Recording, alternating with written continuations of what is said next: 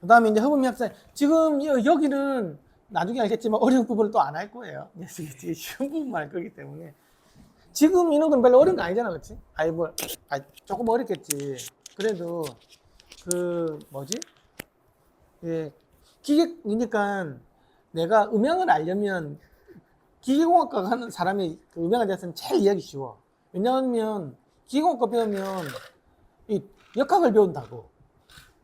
그치? 진동에 대해서 배우잖아요, 그렇죠?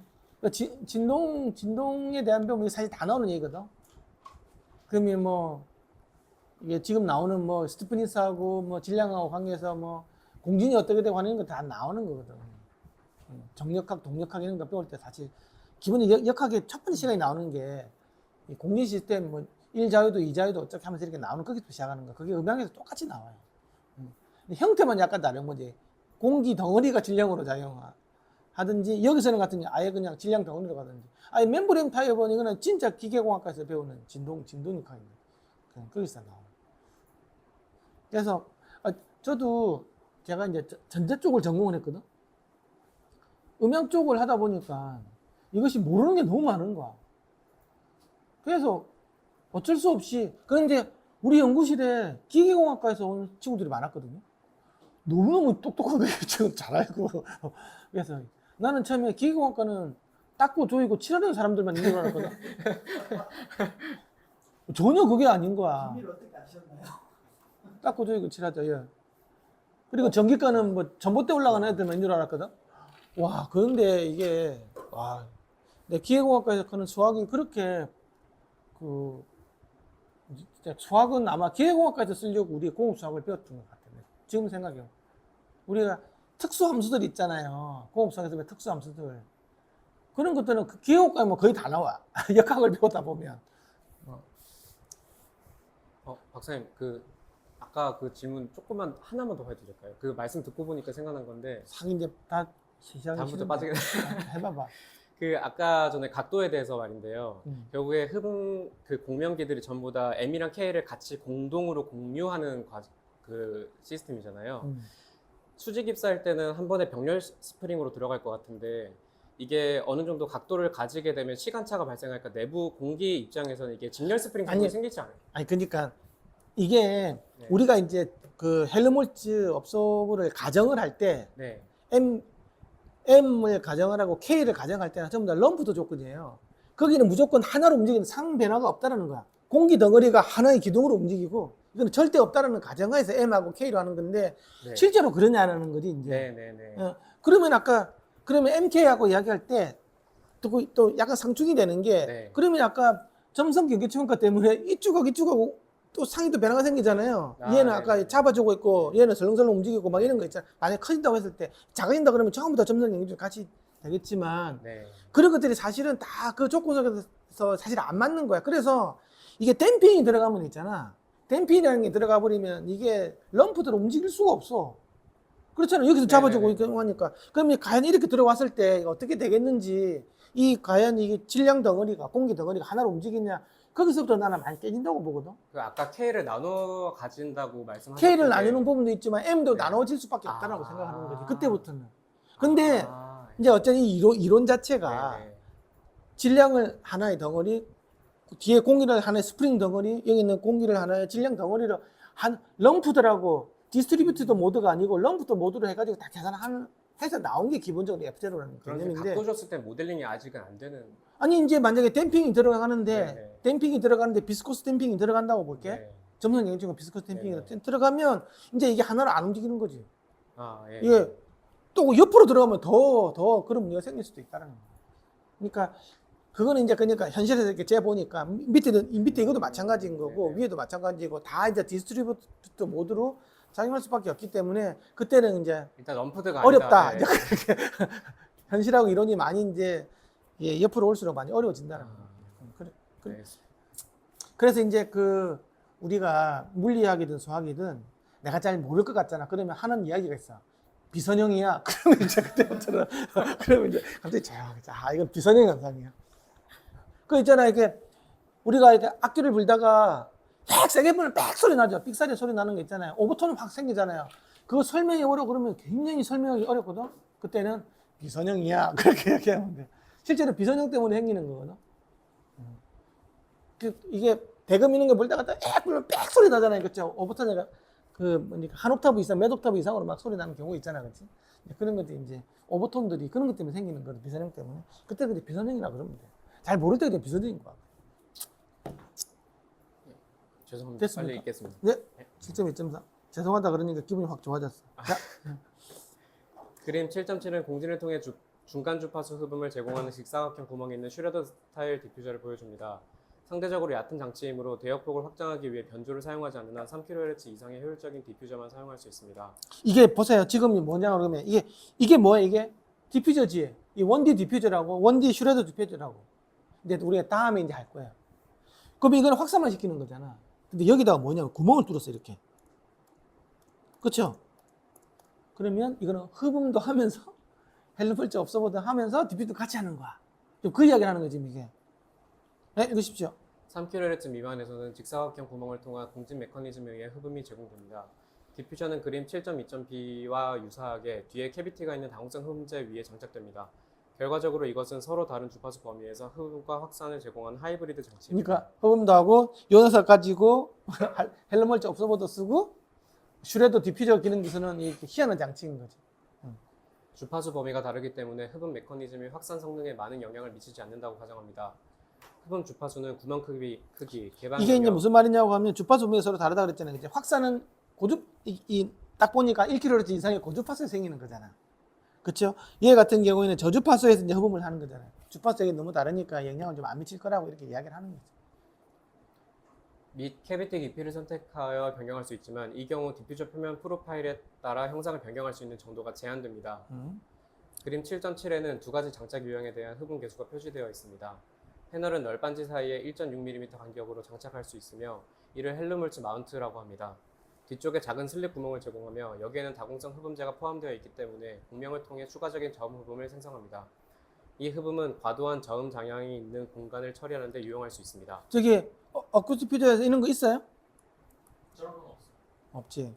그냥 막 구멍을 확 들어가지고 그 뒤에다 흡음판 넣으면 되는 거잖아. 그러면 갑자기 두 개가 동시에 돼. 이야 이렇게 파는 거지. 네, 읽으십시오. 튜닝된 멤브레인 장치를 사용하여 유사한 흡음을 달성할 수 있지만 헬륨물질가 일반적으로 달성하기가 더 쉽습니다. 그림 7.7에 표시된 직사각형 구멍은 500에서 600Hz 부근 흡음 피크의 원인이 됩니다.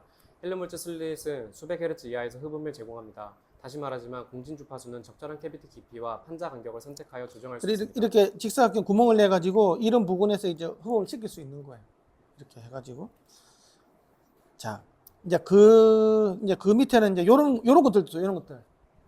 이게 이제 여기 구멍이 있고 그쵸? 구멍이 각각 크기가 다 다르지. 그쵸? 그럼 그 뒤에는 뭐가 있는지 흡음재가 있을 거잖아. 그러면 이게 다 구멍이 크기가 다 다르다라면 각각의 튜닝 주파수가 다 다른 헬륨물질 업소버가 만들어질 거잖아요. 그쵸? 그쵸? 이제 이렇게 해가지고 다양한 형태의 어떤 이렇게 흡음을 할 수 있는 이런 업소버도 있다라는 거죠. 읽어보십시오. 이게 이제 바이너리 앰플리튜드 디퓨소버?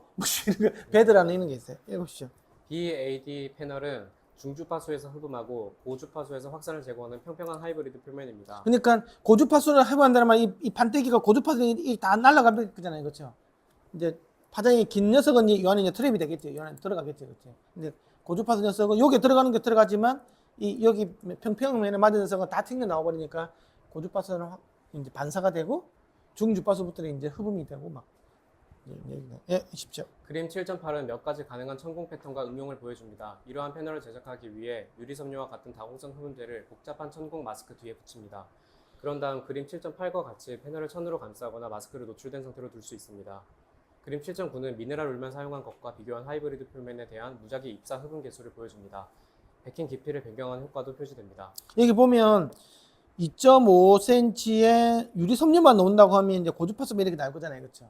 그런데 아까 이 베드 있잖아요, 베드를 가지고 뭐 어쨌든 이렇게 각가지 이렇게 이게 두께가 있잖아요, 그렇죠? 이렇게 넣어주면 뭐 이렇게 어떤 녀석들은 이렇게 있는 녀석들도 있고 이렇게 반응하는 녀석도 있는 반응해서 다 있는 거죠, 그렇죠? 이게 다 보면 특정 주파수에 반응하는 거잖아요, 그렇죠? 왜냐하면 헬륨물질 없어 보기 때문에. 그래서 이런 식으로 하는 녀석들도 있다. 마스크 구멍 내 추가 진동 나는 질량. 근데 이런 것들이 있으면 뭐 실제로 우리가 이렇게 스튜디오 이런 거 많이 쓰잖아요. 왜냐? 이 고역에서는 적당하게 잔향이 있어줘야 될 거잖아. 그렇죠? 그러면 고역에서는 흡음이 없을수록 좋다고. 이렇게. 얘는 흡음이 없는 거잖아. 이런 것들은 이렇게 돼 있으니까 저역만 일정이 좀 넓게. 이게 이런 게 아니잖아. 지금 많이 넓죠. 생각보다 여기가 지금 쳐내렸더라고.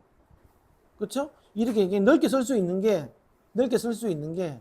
얘 구멍의 사이즈가 다 각각이 다르고 이렇게 되기 때문에 다른 말로 하면 이런 것들 지금 다 더해져 있는 거 이런 식으로 고역은 확산을 시키려. 그러면 나중에 이제 잔향 시간 RT60을 재보면 뭐 대부분 다 뭐 0.4초, 0.5초대로 쫙 이렇게 골고루 나올 수가 있는 거지. 그때 이제 쓰는 게 이런 방식이라는 거. 이해가요? 이렇게 좀 Q 값을 넓게 해서 쓰는 거지. 하나만 가지고도. 예, 읽으십시오. 마스크 구멍 내 추가 진동 질량으로 인해 흡음 곡선 주파수가 저주파수로 이동하여 저주파에서 중주파 흡음이 추가로 발생합니다. 고주파수에서는 마스크의 단단한 부분은 소리를 반사하고 미네랄 오래 숨겨 흡음 개수가 감소합니다. 흡음이 감소하는 고주파수에서 표면은 반사된 소리를 분산시킵니다. 고주파 분산을 위해 다양한 구멍 패턴을 사용할 수 있으며 2D 의사 난수 이진 시퀀스가 좋은 선택입니다. 그 이제 근데 얘 같은 경우에는 확산되기는 쉽지는 않겠죠, 그렇죠? 하지만 아까 이거에 반해서 이 녀석 같은 경우는 확산은 잘 될 거잖아. 그렇지? 확산 측면에서 얘가 더 나은 거고, 좀 내가 흡음을 좀 이렇게 광대를 하고 싶다 그러면 이런 스타일이 좀 낫겠지. 근데 이제 이런 거 앞에도 이렇게 만약에 확산을 좀 이렇게 하는 이런 것들, 그 QRD 같은 개념을 집어넣는다 그러면 이제 확산하고 흡음까지도 이제 뭐 할 수 있는. 그 이제 그냥 한 개 가지고 다 하려고 하면 이제 굉장히 어려워지는 거죠, 어쨌든. 네, 읽으십시오. 예를 들어 31/33개 흡음 및 반사 영역 레이어를 사용할 수 있습니다. 이진 이사 난수 시퀀스에서 반사 영역은 1비트에 매핑되고 흡음 영역은 0비트에 매핑됩니다. 이러한 이진 요소 분포는 분산을 극대화하기 때문에 플랫한 파워 스펙트럼을 가진 최적의 이진 시퀀스를 기반으로 합니다. 예를 들어 MLS를 사용할 수 있습니다. 이게 이제 뭐냐고 하면 이제 다음 시간에 확산할 때 맥시멈 랭스 시퀀스를 해가지고 이런 것들이 이제 뭐 이야기 나오는데, MLS가 어떤 개념이냐고 하면 1과 0이 이제 이진수 있잖아요, 그렇죠? 1과 0만 가지고도 화이트 노이즈를 만들어줄 수가 있어요. 우리가 보통 화이트 노이즈를 만들 때는 그 시크한 소리 만들 때 있잖아요. 그 난수 발생기를 가지고 막 난수를 만들거든요. 이래저래 난수를 만들어 가지고 그 파형을 이렇게 스피커를 이렇게 난수 발생기 움직여주면 씩 소리가 나와서 이제 20에서 2만 헤르츠까지 내가 필요한 되게 통일한 에너지가 나오는 원리가 있는데, 근데 이걸 웃긴 거는 1과 0만 가지고도 있잖아요. 10, 10을 가지고도 조합을 잘 해가지고 내면 이게 화이트 노이즈가 나올 수가 있어요. 그게 되게 희한한 거거든요. 그래서 어쨌든 그런 방법이 있어요. 그 MC 컨서가 이제 그런 건데, 이제 이걸 어떻게 매핑을 하냐 그러면 1과 0을 어떻게 잘 조합을 하면 확산도 생길 수 있겠네, 잘 할 수 있겠네. 그 개념이라는 거는 1하고 0을 어디다 매핑을 시키냐는 거예요. 1을 확산제에 넣고 0을 흡음제로 넣어가지고 1, 0을 잘, 아까 룰이 있다고 그랬잖아요. 그렇죠? 잘 이렇게 시퀀스를, M 시퀀스 개념을 해가지고 뭐 10, 100, 110 이런 식으로 그 룰이 있거든. 만든 대로 해가지고 내가 이거 익스클루시브 오해로를 어떻게 운영하에 따라서 이게 이제 기구로 만들 수도 있고 ML에서 짱을 수도 만들 수 있는데, 그렇게 해가지고 1010 배열을 적당하게 시키면 확산도 쫙 펼칠 수 있는 거. 그러니까 흡음제하고 이제 반사제를 잘 섞어줄 수 있는 건데, 반사제를 1을 매핑시키고 흡음제를 0을 매핑시키고. 그 말은 무슨 말이냐고 하면 아까 여기서 요런 구멍을 내주고 판때기 있는 거 있잖아요. 여기서 이렇게 보면 1, 0, 0, 0, 1, 1, 1, 0, 1 이렇게 볼 수 있다고. 구멍이 있고 없고에 따라서 1, 0을 매핑을 시킬 수 있거든. 얘는 2D로 간 거잖아요. 그렇죠? 이렇게 해가지고 2D로 가면서 이쪽 퍼져나가면서 있잖아요. 이렇게 갈 때 해가지고 어디다 구멍을 뚫어주고 어디다가는 이제 구멍을 안 뚫어주는 게 최적인지 그걸 알 수가 있다고. 이해가요? 그렇게 하면 이제 어떤 확산도 어느 정도 시킬 수 있으면서 하는 그런 방법론이 나와. 그게 MC 컷 쓰이는 거예요. 이해가요? 그러니까 나중에 지금 저기 안에 보면 예를 들면 이제 자기 QRD를 하나 만들잖아. 50 by 50 하나 만들었잖아요. 그렇죠? 하나 만들었어. 그러면 N7짜리 소수치를 이용해가지고 몇 개 만들었단 말이지. 요만큼 만들었어. 그럼 이거를 한 개만 설치를 안 할 거잖아. 여러 개 붙여야 될 거잖아. 그러면 이게 인버스 버전이 있어요. 그러니까 얘의 그 마이너스 1 버전을 만들 수가 있거든. 그래서 지금 자기네들 확산판 보면 두 개를 붙이면 두 개 딱 붙게 되잖아요. 그렇지. 빼면 한 개 튀어나온 게 들어가 있잖아. 이게 어찌 보면 얘가 이럴 때 얘가 0인 개념인 거야. 그러면 내가 이거를 뭐 홀에다가 붙여주고 싶어. 아니 전적에 많이 붙여야 돼. 그러면 그냥 내 맛대로 이거 붙이다 저거 붙이다가 손에 잡히는 대로 붙이는 게 아니고 이 붙인 룰이 있다고. 이게 아까 M시퀀스 계열로 하든 뭐 아까 이진 의사난수 계열로 하든 아니면 바크 코드라는 게 또 있어요. 바크 코드 개념을 해가지고 1010을 붙일 룰이 있다고. 그거대로 붙여줘야 돼. 이게 오먹을 때 볼록인 거 있잖아요. 이게 이름이 얘가 0이 되는 거거든. 그럼 10, 1110 이런 식으로 가야 되는 거야. 뭐 10, 1110 보기 전에 야, 들어가니까 들어가고 튀어나오니까 들어가고 이런 식으로 한다고 하는 게 아니에요, 이게. 그래서 확산재가 한 개가 갖고 있는 확산 특성하고 두 개를 붙일 때는 전혀 다르게 동작을 해. 근데 그거를 아까 바크 코드나 MC커스나 이런 룰을 해가지고 붙이면 굉장히 좋은 쪽으로 가. 그런데 마구잡이로 붙이면 안 돼. 그거 붙이는 룰이 있다. 지금 이거는 굉장히 비슷한 거. 지금 이거는 이걸 갖다가 흡음을 쓰냐 반사를 쓸 거냐 하는 이런 것들도 여러 개를 붙일 때는 룰이 있다고. 붙이는 룰이. 그게 이런 재미있는 이진 코드이잖아. 이진이라는 말이 0 아니면 1인 거잖아. 아니면 확산 아니면 흡음 아니면 반사라고. 그리고 똑같은 확산제도 거기에 대한 인버스 버전을 붙이는 방법이 있다고. 이 튀어나올 때 들어가는 거. 이런 것들도 붙이는 룰이 다 있다. 이제 그런데 이제 그러니까 한 개의 그 확산판을 만드는 룰은 공식은 되게 많거든. 그렇잖아, 그렇지? 뭐 어떻게 하라고 내가 뭐 어떤 소수 11을 주고 13을 주고 17을 줘가지고 이 높이가 어디에 차차차 나오는 이건 아닌데 이걸 어떻게 붙여야 되는 건지에 대한 것들이 사실은 잘 없어. 그걸 어떻게 붙이면 그거에 따라서 이제 그 산란계수나 확산계수가 완전히 바뀌거든요. 똑같은 건 제일 나쁜 게 똑같은 거 똑같이 놓는 게 계속. 그러면 주기적으로 생기기 때문에 팍팍팍팍 특정 각도에서 팍 튀고 쑥 들고 싹 들고 이렇게 나오거든. 그런데 이거를 갖다가 아까 10, 1110 M 시퀀스든 바크 코드 개념이든 이런 식으로 하면 이게 쫙 이렇게 가.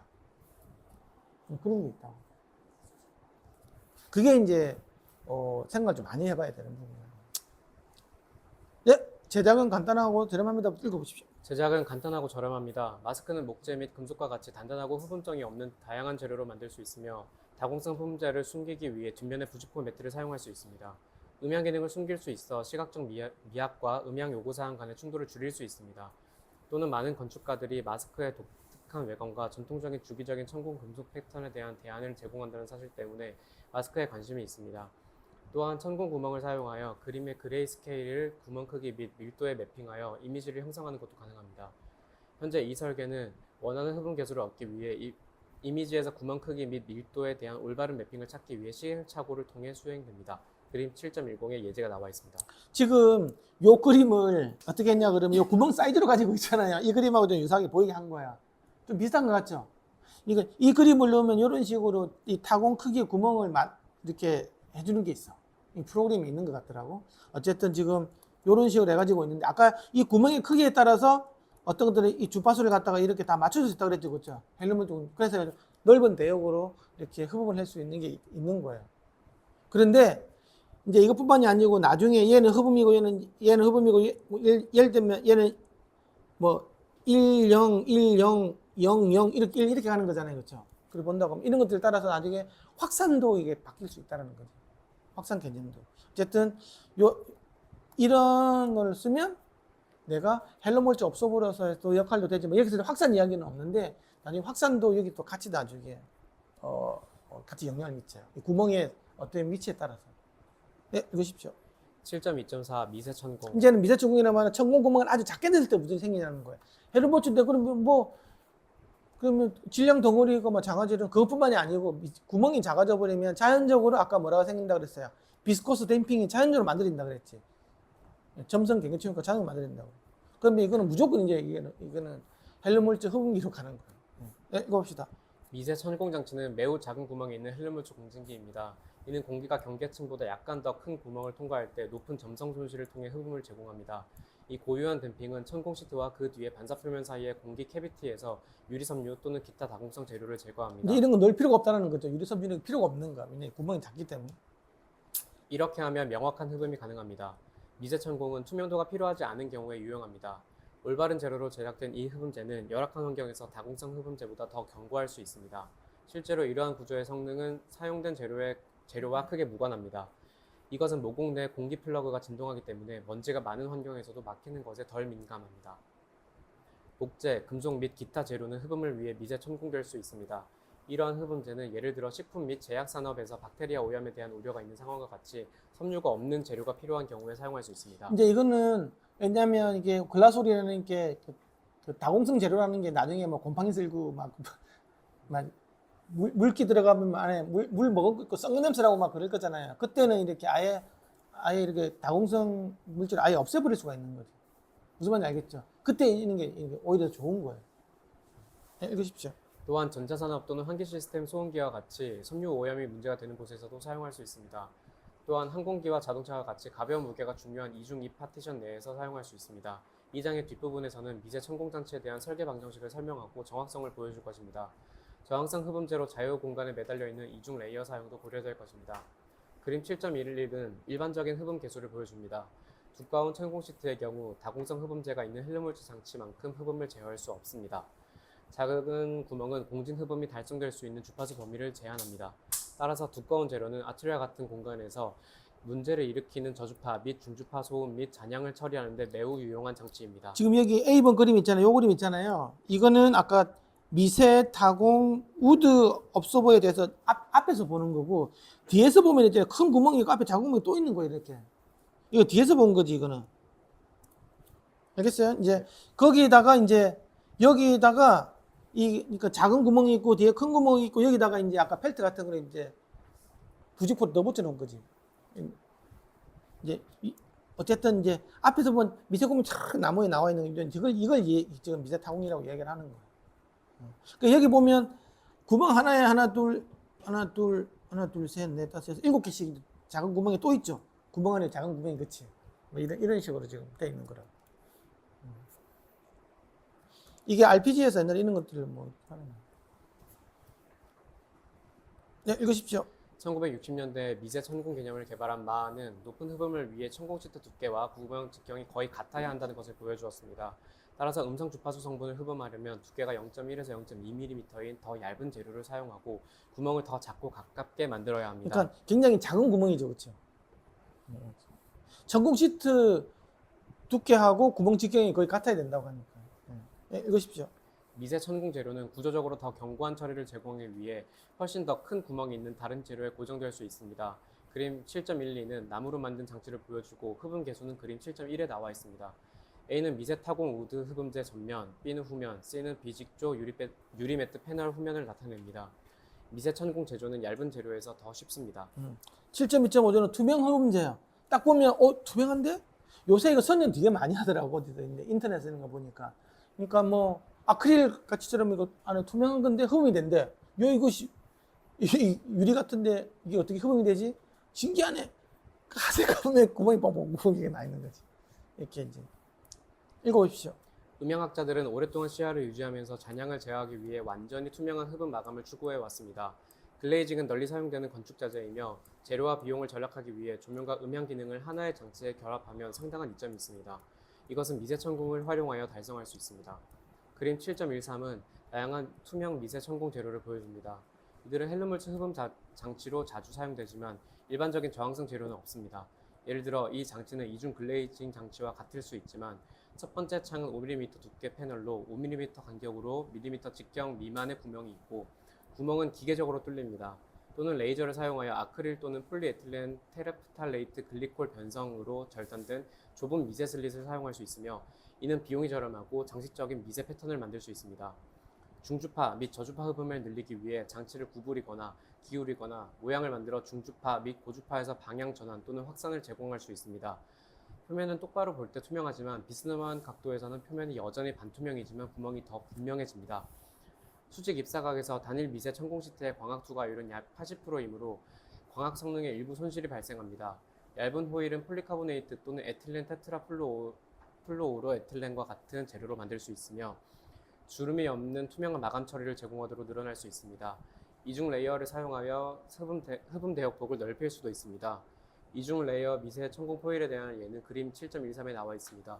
성능을 넓히는 또 다른 방법은 공기 캐비티 뒤쪽에 다공성 흡음재를 추가하는 것입니다. 그러니까 어쨌든 실제로 이렇게 이런 건데 미세 타공을 하고 또 얘를 구부리고 막 이렇게 해가지고 여러 가지 목적으로 흡음을 할 수 있는 용도로 쓰는 것들도 있고, 요즘에는 왜냐 그럼 이게 작은 구멍을 어떻게 됩니까? 요즘에 레이저 같은 걸 뻥뻥 구멍 뚫는 거 있잖아요, 그죠? 이런 걸로 가지고 이렇게 하면 어쨌든 구멍이 작아지면 그 포러스 같은 재질을 흡음을 아예 사용할 필요가 없는 거죠. 구멍이 좁으니까 점성 경계초과 때문에. 그래서 이거 그냥 흡음으로 쓸 수 있는 거예요. 이해가시죠? 그래서 이런 거 공기 중에 이렇게 매달아 놔둬라들 있잖아요. 이게 쑥 지나가면서 읽고 또 일로 지나가면서 거의 매달아 놔야 된다. 천장에 이렇게. 근데 이게 좋은 게 눈으로 보니까 이게 만약에 눈으로 투명하잖아요. 그러니까 시야를 가리지가 않기 때문에 더 좋은 거죠. 맨 처음에 이런 것들 천장에 매달아 놓는다 해가지고 이 문제되는 이게 뭐 시야를 가리지는 않잖아요. 그렇죠? 먼지가 쌓이면 요즘 그렇겠지만 어쨌든 그런 게 없다고 하는. 네, 읽으십시오. 투명한 미세 천공 흡음재의 한 가지 장점은 박을 시각적으로 더 작게 만들지 않고 어떤 식으로든 매달릴 수 있다는 것입니다. 추가 베킹 깊이는 저주파 성능에 도움이 될 수 있습니다. 그러니까 이거는 시야를 가리지 않으니까 4분의 1 파장 되는 데다가 싹 매달아 놓으면 그 주파수가 자연적으로 흡음이 되는 거야. 눈에 별로 특히 천장에 많이 쓰겠죠, 그렇죠? 그러면 천장 쪽에다 해가지고 눈에 거슬리지가 않으니까. 네.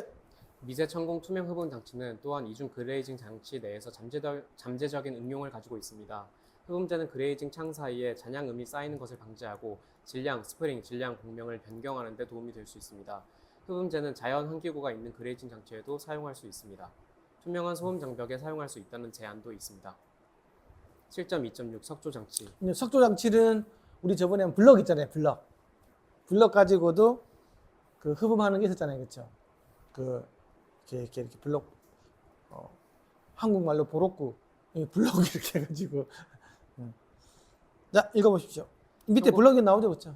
여기 보면 이렇게 이게 뭐예요, 이게? 헬로몰트 공명기잖아요, 그렇죠? 네, 요거 이제 넣으면 원래는 이제 앞에 보면 이거는 뭐야, 이거는 확산판이잖아, 그렇죠? 이거는 이거는 보면 이렇게 아까 QRD 개념이 확산판이고, 이게 아까 세 가지를 동시에 쓴다 그랬지. 첫 번째 하나, 무거우니까 차음을 한다. 두 번째, 앞에 이렇게 되니까 확산을 한다. 세 번째, 이 주파수를 갖다가 흡음을 한다. 이 세 가지가 동시에 되는 마법의 보록구예요, 보록구. 네, 읽으십시오. 1917년 스트라우브는 최초의 콘크리트 조적인 신더블록스에 대한 특허를 받았습니다. 지금은 다 이제 끝났겠죠? 1965년에는 저주파 흡음을 위해 슬롯형 블록이 도입되었습니다. 슬롯은 저음 흡음을 제공하기 위해 헬로몰트 장치를 생성합니다. 이제 요거 말하는 거죠. 요거. 그렇죠? 이게 흡음 장치. 이게 이렇게 돼 있으니까. 그렇지? 네. 그림 7.14는 현대의 동일 기능물을 보여줍니다. 오래된 블록은 소음 제어에 유용했지만 이러한 블록의 평면이나 분할면은 반사 문제를 일으킬 수 있습니다. 슈레더 디퓨저는 반사된 음파 파면을 분해하는 데 사용됩니다. 슈레더 디퓨저라는 게 여기 QRD 요거 말하는 거죠. 그렇지? QRD로 쓰고 이거는 헬로몰트로 쓰고. 그렇지? 이게 무거우니까 이거는 무슨 우리 음향 시간에 차음이 제일 중요한 법칙이 뭐라 그랬지? 질량 법칙. 질량 법칙 매스로를 작용하고 있어. 이걸 가지고 이제 차음을 시키고 확산을 시키고 흡음을 하고 이 세 가지가 동시에. 네, 쉽죠. 이 설계는 두 개의 슬롯형 헬로몰트 공명기와 위상 격자 압력 구배 흡음 메커니즘을 사용합니다. 페인팅은 다공성 콘크리트 표면을 밀봉하기 때문에 고주파 흡수를 감소시키지만 예상대로 저주파 흡음에는 영향을 미치지 않습니다. 근데 여기다가 페인트를 나중에 칠해버리면 고주파수는 반사를 시키고 저주파수는 똑같이 그대로 흡음을 시킨다는 거예요. 확산도 그대로 똑같이 가는 거예요. 예. 우수한 차음은 무거운 구조로 인해 달성됩니다. 그러니까 이게 괜찮겠지. 그러니까 다음에 이런 거는 할 거 없다 그러면 시골 내려가가지고 보로구 공장을 하나 차리는 거야. 그런데 이제 이걸 만드는 거지. 누가 할래요? 박기훈님, 보로코 공장 한번 차리시죠. 요즘 카페들 인테리어로 괜찮을 것 같긴 합니다. 그 스타일이 네, 노출 콘크리트 느낌으로 해가지고 근데 흡음이 잘 되고 나는 그죠? 요 사이다가 흡음제도 같이 좀 넣는 거야. 그러면 확산들이 좀 더 같이 되는 거니까.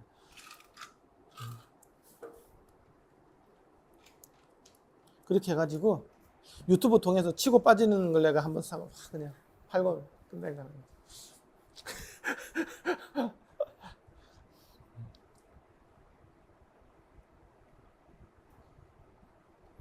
딱 플레이트 공기기. 이 장에서 설명하는 대부분의 장치는 캐비티 내의 공기를 사용하여 스프링 잠깐만 이제 역할, 플레이트 공기기인데 요런 판때기 하는 거야 판때기? 스프링 역할을 합니다. 아니 이런 판때기인데 얘가 겁나게 흡음을 시킬 수 있다는 거지. 왜냐 그러면 이 판때기 나중에 울 거잖아요, 그렇죠? 그렇죠? 어느 압력이 높은 볼에다 딱 설치해놓으면 울잖아. 그럼 요 안에 이제 흡음제가 들어가 있겠지, 그렇죠? 이 흡음제 들어가 있으면 얘가 이제 그 파동 에너지를 운동 에너지로 바꾼 다음에 얘를 확 바꿔버린다고, 그렇죠? 그럼 이제 얘 같은 경우에는 앞에는 이게 앞에 들어온 건 반사가 나갈 거잖아요, 그렇죠? 근데 이제 저주파수 같은 경우에는 이게 이제 울면서 이제 흡음이 되겠죠, 그렇죠? 그렇지? 그리고 옆으로 들어온 녀석 얘 같은 경우에는 회절파 같은 경우는 또 얘는 잡아주고 있지. 회절파도 또 흡수를 시킨다. 그래서 옆으로 날 녀석은 이 각도 말고 옆으로 이렇게 날로 녀석은 흡음을 더 많이 시킨다. 그럼 이거는 고주파수에서는 반사, 저주파수에서는 흡음이 될 거잖아. 근데 그러면서 이 녀석은 어떻게 될까? 고주파수에서도 흡음. 그쵸? 구멍이 뻥뻥 뚫려있으니 요 안에 흡음제 다 들어갈 거잖아. 그렇지? 그리고 어쨌든 이것도 어쨌든 이렇게 멤브레인이니까 멤브레인 다 흡음이 돼가지고 또 저주파수에도 흡음이 되고 옆으로는 흡음이 되겠지. 그럼 굉장히 광대의 흡음이 된다고 얘는 저역 흡음이 되겠지. 그렇죠? 이게 바로 플레이트 공기기라고. 읽어보십시오. 이 장에서 설명하는 대부분의 장치는 캐비티 내의 공기를 사용하여 스프링 역할을 합니다. 그러나 스프링으로 멤브레인 흡음제를 만드는 것도 가능합니다. 가능한 구조는 두께가 0.5에서 3mm이고 표면 질량이 5에서 25km/m 제곱인 강판, PVC 또는 목재 플레이트로 폼 또는 폴리에스터 스프링에 대해 진동합니다. 이 장치의 한 가지 장점은 저주파수 흡음을 위해 더 적은 깊이가 필요하다는 것입니다. 왜 이게 저주파수 흡음을 위해서 더 적은 깊이가 필요할까? 이 판때기는 굉장히 무겁잖아. 그럼 F제로가 굉장히 낮다고. 그러면 저주파수를 하는 거지. 굉장히 얇은 걸 가지고도 이렇게 할 수 있다는 거지. 얘가죠. 이게 아까 그 멤브레인 타입의 장점이 얘가 얼마만큼 이제 그 밀도를 조절해가지고 질량을 조절을 해가지고 할 수 있는 거지. 근데 너무 두꺼우면 이게 반응을 잘 안 한다는, 효율이 떨어진다는 문제는 있지만 저주파수에는 떼긴 되지. 근데 뭐 예를 들면 에너지가 작은 소리 간다고 이게 거의 다 반사만 시켜버릴 수도 있는 거지. 좀 큰 에너지가 들어와가지고 얘를 충분히 올려줄 수 있다고 하면 저주파수에서 반응을 할 수 있지만 저주파수는 결국 무겁다는 얘기는 웬만한 작은 에너지가 들어오면 튕겨 나올 가능성이 있다는 거지. 그래서 아마 나는 정확한 건 잘 모르겠지만 이게 그렇게 선형적으로 동작을 안 할 수도 있을 거예요. 예를 들면 60dB, 50dB 작은 소리가 들어오면 거의 다 저주파수도 반사할 수도 있어.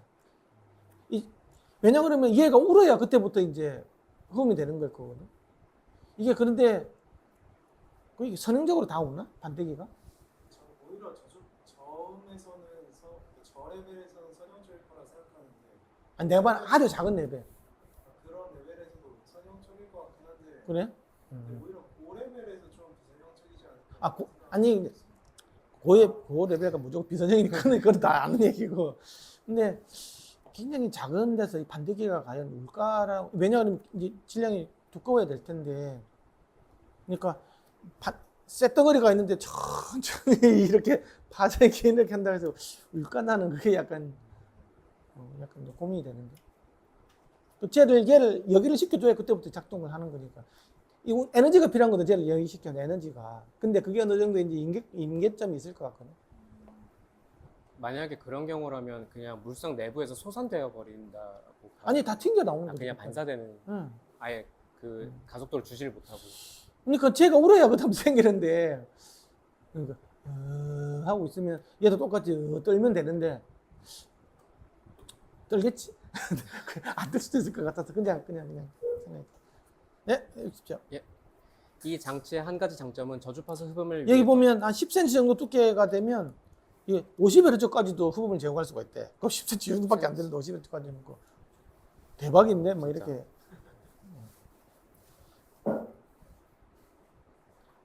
네, 읽으십시오. 예를 들어 10cm 두께는 약 50Hz에서 흡음을 제공할 수 있습니다. 그림 7.16a는 흡음 메커니즘을 보여줍니다. 소리가 플레이트에 부딪히면 폼 스프링에 부딪혀 진동합니다. 다공성 흡음재는 플레이트 굽힘 모드를 감소시키고 천공된 금속 프레임을 통해 플레이트 주위를 회절하는 고주파수를 흡음합니다. 그러니까 아까 팔대기 들고 옆으로 오는 거 흡음한다 그랬죠, 그렇죠? 이는 그림 7.17 굵은 선에서 볼 수 있듯이 저주파수 흡음을 제공합니다. 이게 지금 얘가 뭐냐고 하면 아까 한대 구멍 안 뚫린 거, 구멍 뚫린 거는 광대역으로 작용하죠, 그렇죠? 이렇게. 근데 이제 과연 이게 좋을까, 이게 좋을까는 이제 쓰기 따라서 나름이에요. 읽어보십시오. 넓은 대역폭 흡음을 위해 후면 다공성 재료의 일부를 플레이트 공진기 쪽으로 이동할 수 있습니다. 그림 7.16bc에서 폼은 정면에 부딪히는 고주파수도 흡수합니다. 구멍이 뚫려 있으니까, 그렇지? 세 가지 메커니즘을 모두 활용하면 약 6옥타브에 걸쳐 작동하는 흡음재를 만들 수 있습니다. 굉장히 넓죠, 그렇죠? 사람이 듣는 게 20에서 2만이면 10옥타브인데 그 중에서 그 6옥타브를 듣나마는 거의 뭐 엄청나게 넓은데요. 거의 사람이 듣는 거 거의 대부분을 다 이렇게 흡음재를 작용한다는 거죠. 네, 그림 7.17은 두 장치에 대해 측정된 무작위 입사 흡음 개수를 보여줍니다. 푹스 에탈, 흡음재 주요 공진주파수를 계산하기 위한 공식을 제공하지만 흡음 개수를 계산하진 않습니다. 자, 이제 그 다음에는 이제 설계 방정식인데, 공진주파수 설계 방정식인데, 이제 이거는 안 읽도록 하겠어요. 이건 뭐, 아까 뭐 F0는 2파이분의 1, 루트 n분의 k 뭐 이런 공식이 있었잖아요. 그렇죠? 기본적으로 이런데, 여기는 어떤 그 감쇄점이 없는 거야. 이제 감쇄점 들어가면 뒤에 골 때리는 일이 생겨요. 어쨌든 이제 그런 것들이 있는데, 이제 그래서 이 막 구하는 거 이런 것들이 이제 막 구하고 흘러물질 없어. 흡음 막 구하고 이런 것들이 있어요. 이 헬름hol츠 흡음기 얘기만 읽어보세요. 7.3절. 예. 7.3.1 헬름홀츠 흡음기 천공 표면은 반복거리 D로 독립적으로 동작하는 것으로 간주되는 개별 셀로 나뉩니다. D는 그림 7.2에 정의되어 있으며 이는 흡음재 단면을 보여줍니다. 흡음재는 두 방향으로 천공된 것으로 가정되며 반복 길이는 양 방향에서 동일합니다. 개별 셀은 저주파에서 완전히 독립적이지 않으며 결과적으로 파장의 길어짐에 따라 부피의 물리적 세분화가 필요할 수 있습니다.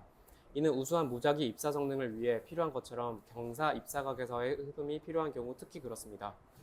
이 경우 흡음을 극대화하기 위해 캐비티 내의 측면 전파를 억제해야 합니다. 다공성 흡음재가 캐비티에 배치되면 6장에서 논의한 바와 같이 소리 전달이 일반적으로 표면에 수직이 되므로 매우 낮은 주파수를 제외하고는 세분화 필요성이 덜 중요합니다. 그러니까 이 얘기 무슨 말이냐면 아까 그 이야기인데, 요렇게 들어올 때는, 이렇게 들어올 때는 아까 구멍이 여기 있고 여기 있으면 딱 반마씩 나눠진다 그랬잖아요. 지금 딱딱 제가 잘 떨어진다고. 소리가 이렇게 들어올 때는 옆으로 들어와 버리면 저주파수는 이렇게 다 쓰는 거예요. 이렇게 세분화가 안 된다고.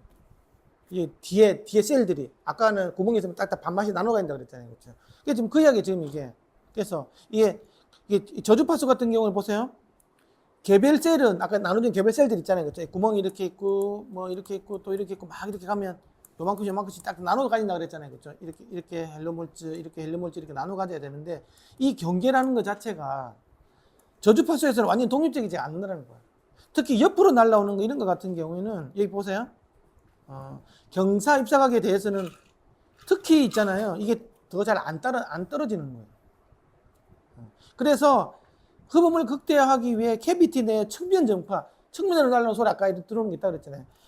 억제해야 합니다. 다공성 흡음재가 캐비티에 배치되면 표면의 수직 같은 경우에는 잘 나누어 떨어지는 바라서 측면으로 오는 같은 경우에는 뒤에 있는 이 공기가 세분화가 안 되기 때문에, 특히 이제 옆으로 이렇게 날라오면 이렇게 가지고 예를 들면 이렇게 있는 것들이 생기면 이게 딱딱 안 나누어 떨어질 수도 있다. 뭐 이런 얘기인 것 같더라. 그러니까 저주파수 같은 경우. 공기 내 에너지 전파 속도는 상수인데 그 얘네가 바뀌는 속도는 더 느려질 테니까. 그러니까 여기서 이렇게 가면 이렇게다가 이렇게 반사되는 것 같은 여기 이렇게 딱딱 나눠지는 데 봐서 이렇게 돼버리면 이쪽 가는 거는 이렇게 길게 이렇게 막 이렇게 이 쉘이 이렇게 나눠지지 않는 뒤에 공기 덩어리가 나눠지지 않는다는 거예요.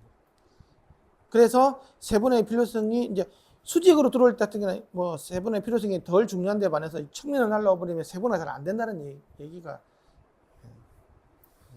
뭐 이제 그런 이야기들이 있었고 아까 했던 이야기니까 갑자기 생각나서 읽어보라 그랬고 네. 그다음에 또 재밌는 거 한번 보면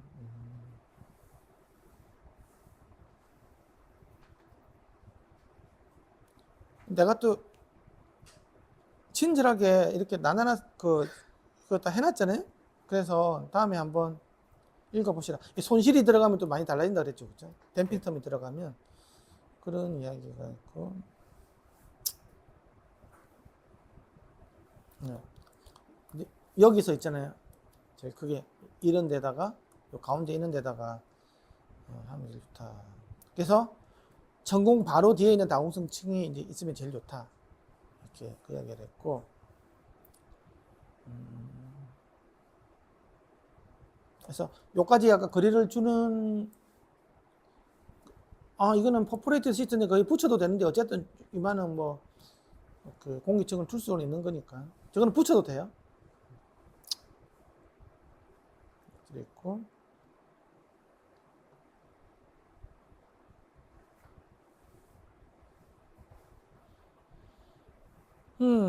그 다음에는 한 가지 조금 더 볼 거는 아까 이제 우리는 모든 구멍을 이게 이렇게 원기둥으로 들어갔잖아. 네. 그치? 아니면 이렇게 어쨌든 이렇게 이런 어쨌든 기둥 모양으로 갔는데 이걸 만약에 이렇게 안 하고 구멍 모양 이렇게 되면 어떻게 된다는 거야? 위에는 좁아지고 이렇게 넓어지고 하는 거 있잖아요. 그치? 밑으로 이렇게 넓어질수록 그러니까 앞에서 보면 구멍이 작은데 뒤에서 보면 구멍이 큰 거 있잖아. 이런 식으로 이런 식으로 돼 있는 구멍이 되면 어떻게 되냐는 거야. 어떻게 될까요? 더 좋은 쪽으로 갈까? 나빠지는 쪽으로 갈까? 내가 보니까 좀 더 좋은 쪽으로 가더라고.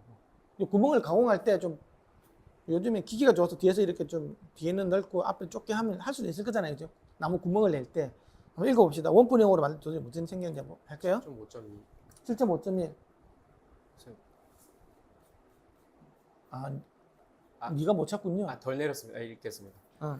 이 7.5.1 모양을 가진 구멍 및 슬롯, 원뿔형, 비그라는 전면 플레이트 두께가 1cm 이상인 헬륨물질 흡음기에 대해 원통형이 아닌 원뿔형 구멍을 만드는 효과를 조사했습니다. 원뿔형 구멍은 작은 구멍이 음원을 향하도록 되어 있습니다. 원통형 구멍과 비교하여 원뿔형 구멍은 흡음 대역폭을 넓히고 피크 흡음 주파수가 다소 증가합니다. 원뿔형 구멍은 더 넓은 고차 흡음 모드를 가지고 있어 중고주파에서 흡음이 증가합니다. 그래서 이 원뿔 하면 소리 나는 쪽으로 이렇게 소리가 들어오는 쪽으로 작고 뒤쪽이 큰 거예요. 이런 식으로 하면 이제 흡음 대역폭은 Q값이 또 이게 작아지고 더 넓어지는 거예요. 그렇지? 이게 좋을 수도 있고 나쁠 수도 있어요. 하고 피크 흡음 주파수 다소 증가한데 좀 더 고주파수 쪽으로 이렇게 좀 올라가는 거죠. 그렇죠? 이런 게 있고 그리고 원뿔형 구멍은 더 넓은 고차 흡음 모드를 가지고 있어 중고 주파수에서 흡음이 좀 증가되는 이런 경향이 있대요. 더 넓은 고차 흡음 모드가 이렇게 만들어지는 이런 게 있대요. 그럼 이제 이것도 한번 다음에 만드실 때 한번 생각을 해요. 보기라도 좋겠죠. 구멍이 더 작으니까. 그쵸? 사실 뭐 이게 구멍이 뻥뻥뻥 커가지고 그렇게 좋은 건 없잖아. 보는데 벽에 구멍이 뻥뻥 나 있으면 왠지 개미 나올 것 같고 뭐 뱀 나올 것 같고 뭐 그러니까 그런 거 있다는 거지. 다음 이중 공진기 한번 봅시다. 공진형 흡음기 문제점은 대역폭이 상대적으로 제한되어 있다는 것입니다. 단일 공진기만으로 달성할 수 있는 것보다 더 큰 대역폭을 원하는 것이 일반적입니다. 한 가지 가능성은 섹션 7.2.7에 설명된 플레이트 공진기와 같은 다중 흡음 메커니즘이 있는 장치를 사용하는 것입니다. 또 다른 가능성은 저주파 장치 앞에 고주파 헬륨홀츠 흡음기를 적층하는 것입니다. 이것의 단점은 표면이 매우 깊어지고 깊이가 종종 비음향 제약 조건에 의해 제한된다는 것입니다. 이중 시스템은 전달 매트릭스 접근 방식으로 가장 쉽게 모델링할 수 있습니다. 이러한 이중 설계는 수십 년 동안 BBC에서 사용한 표준 구조였습니다. 그러니까 이제 적층을 해가지고 있잖아요. 앞에는 고역 흡음방, 뒤는 저역 흡음방 이런 식으로 쓰는 거죠. 근데 이제 어쨌든 내가 뒷녀석은 앞에서 영향을 받을 거잖아요, 그렇죠? 그래서 뭐 효율은 떨어질 수도 있지만 어쨌든 이런 식으로 해서 할 수도 있다는 거예요. 이해가시죠? 이런 식으로 해서 이제 이중 공진기를 근데 실제로 이런 거 많이 쓰지.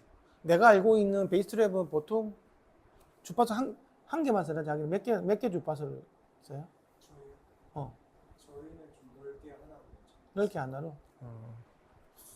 넓게 하나로는 말은 한 개도 제대로 잘 안 돼. 넓게 써. 근데 그게 또 잘할 수도 있어. 왜냐 그러면 나중에 많이 바뀔 수 있거든, 이게 온도 습도에 따라서. 그걸 아싸리 그냥 이렇게 쓰면 에이 봄, 여름, 가을, 겨울 다 쓰고 장마 뭐 이렇게 여름에 다 쓸 수 있는 거지. 뭐 이렇게 좋은 점도 있는데 어쨌든 그런 건데 이게 내가 그 해외에 이쪽 유명한 사람 이렇게 만드는 사람이 자기가 2중 3중으로 만드는데 지금은 안 만든다 그러더라. 왜 안 만드냐? 너무 어려워. 뭐 어려서 잘 안 만든다 그러더라. 그래서 그냥 에이 뭐 그냥 관역이 큰 거 이게 차라리 낫다. 이런 또 약간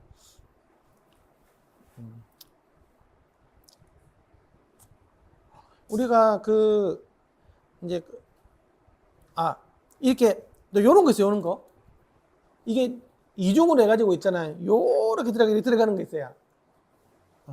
이런 거 써본 적 있나? 이게 이제 측면 오리피스라는 개념인데 이제 우리 업자들이 좀 관심을 가질 수 있는 거는 우리 또 해주고 넘어가야 되니까 측면 오리피스에 대해서 이야기해 봅시다. 예, 읽어보시죠. 7.5.4. 7.5.4 측면 오리피스. 명확한 흡음을 얻는 또 다른 방법은 흡음기 목을 측면으로 늘리는 것입니다. 목을 옆으로 늘리는 거예요, 그렇죠? 이제 요렇게가 들어가는 거죠. 요렇게 들어가는 거죠. 원리는 좁은 계고부에서 점성 경계층 손실을 활용하여 저항성 물질의 필요성을 제거하는 것입니다. 그러니까 요렇게 돼버리면 요렇게 지나가면서 있잖아요. 그 비스코스 댐핑이 커지니까 뭐 안에 여기 뒤에다가 흡음재를 달 필요가 없는 거지. 이 카면서 다 잃어버리니까. 랜더베어크는 천공과 슬롯을 모두 사용하여 이러한 기술을 개발했습니다. 그림 7.31은 이 장치를 보여줍니다. 전면 및 후면 플레이트는 상대적으로 크게 천공되어 있으며 점성 손실은 플레이트와 평행하고 플레이트 사이의 전파에서 발생합니다. 플레이트 간격의 엄격한 제어가 이게 단점이에요. 필요하며 단점. 얘가 단점이 이는 경계층 두께 정도 약 0.2mm여야 그러니까. 합니다. 굉장히 좁아야 된다는 얘기지. 랜더베어크의 결과 0.05mm의 간격 변화가 얻은 흡음에 상당한 차이를 만든다는 것을 보여주기 때문에 그러니까 조금만 이렇게 좀 잘못 해버리면 팍팍 바뀔 수 있다. 이 간격은 높은 정밀도로 달성되어야 합니다.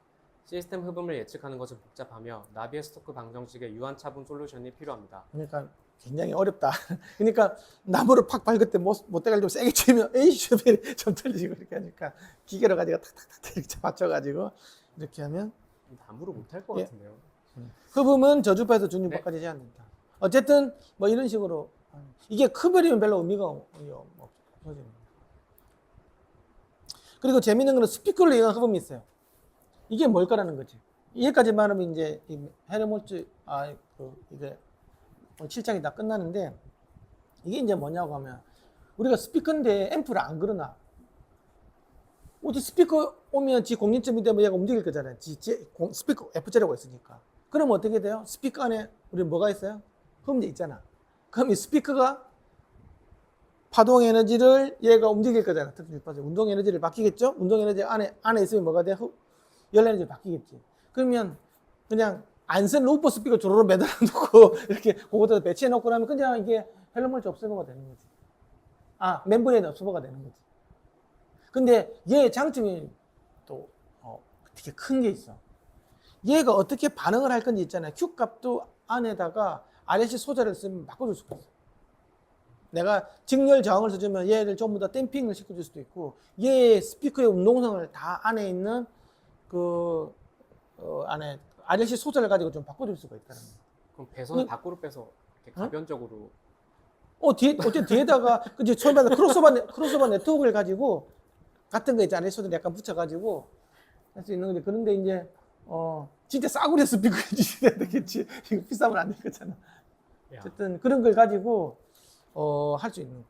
근데 헬로몰츠 업소버도 비싼 거는 멤버리 없어도 비싼 거는 비싸니까 어찌 본다고 하면 뭐 10인치, 20인치, 뭐 12인치 뭐 이런 것들, 15인치 이런 것들 스피커 유닛 뭐 별로 허접한 거 있으면 뭐 그냥 그거 따라서 해도 돼요. 굳이 따로 또 만드는 것보다는 스피커 훨씬 더 정밀하게 그래 F제도 되기 쉽잖아. 딱 해가지고 가져와가지고. 모터가 강할 필요는 없으니까 진동판만 엄청 크게 만들어서. 그러니까 그 이야기야 지금 이게. 그러니까 이거는 그 드론 타입으로 안에 그거 필요 없어. 자석 이런 거 필요 없을 수도 있어. 만약에 그냥 대략적으로 쓴다고 하면 그거는 사실 그 멤버리랑 똑같은 거니까 어쨌든 얘는 자석까지 다 있다는 가정하에서 이제 이야기를 하는 거예요. 자석이 있어야 댐핑이 될 거니까. 그리고 그러니까 플러스하고 마이너스 단자를 있잖아요. 이렇게 쇼트 시키면 얘가 잘 안 움직이는 거 알죠? 예? 스피커가 있는데 그 스피커에 그 플러스 마이너스 단자 있잖아요. 쇼트를 시키잖아. 확 누르면 잘 안 눌러져요. 그게 이제 얘 갖고 있는 기계적인 댐핑이거든. 딱 떼면 팍 하면 쑥 들어가. 이게 쇼트 시키가 딱 누르면 잘 안 움직여 이게. 예. 그게 얘가 갖고 있는 정기적인 Q 값이고 그거는 얘가 갖고 있는 BL 값 이런 거에 따라서 바뀌거든. 그런 것처럼 거기다가 약간 값을 내가 조절해주면 얘가 있는 얘 그 운동성도 내가 바꿔줄 수 있는 여러 가지 자유도가 있어. 그런 거지. 그러니까 중국산 싸구려 큰 유지 하나 이렇게 좀 사와가지고 이렇게 해가지고 스피커 방 해가지고 이렇게 해가지고 꼭 남들이 보면 소리 나올 것 같은데 소리를 하나도 안 소리 먹는 장치야. 스피커인데 그게 이제 스피커용 흡음을 할 수 있는 거예요. 자, 읽어봅시다. 밀폐형 스피커는 멤브레인 흡음기로 사용할 수 있습니다. 다이어프램은 질량을 제공하고 인클로저 내 공기는 보건 스프링 역할을 하며 인클로저 내 다공성 물질은 추가 댐핑을 제공합니다. 스피커는 구동되지 않으며 수동 전기 부품으로 입사음에 대해 응답할 뿐입니다. 스피커를 멤브레인 흡음재로 사용하며 몇 가지 장점이 있습니다. 스피커는 저렴하고 쉽게 구할 수 있으며 과연 저렴할까? 이미 기초적인 음향 처리를 위해 구성되어 있습니다. 또한 스피커 정기적 특성을 조작하여 시스템이 입사음에 반응하는 방식을 변경할 수 있습니다. 이제 이게 RLC 부품을 써가지고 할 수 있다는 거예요. 결과적으로 흡음 대역폭과 양은 스피커 전기적 매개 변수를 변경하여 특정 한계 내에서 조정할 수 있습니다. 단자의 저항 부하를 가하면 감쇄가 부족한 무빙 코일 스피커 흡음을 상당히 높일 수 있습니다. 부하가 없으면 흡음을 제한하는 임피던스 불일치가 있습니다. 저항을 추가하며 공진 흡음 피크 Q가 감소할 수 있습니다.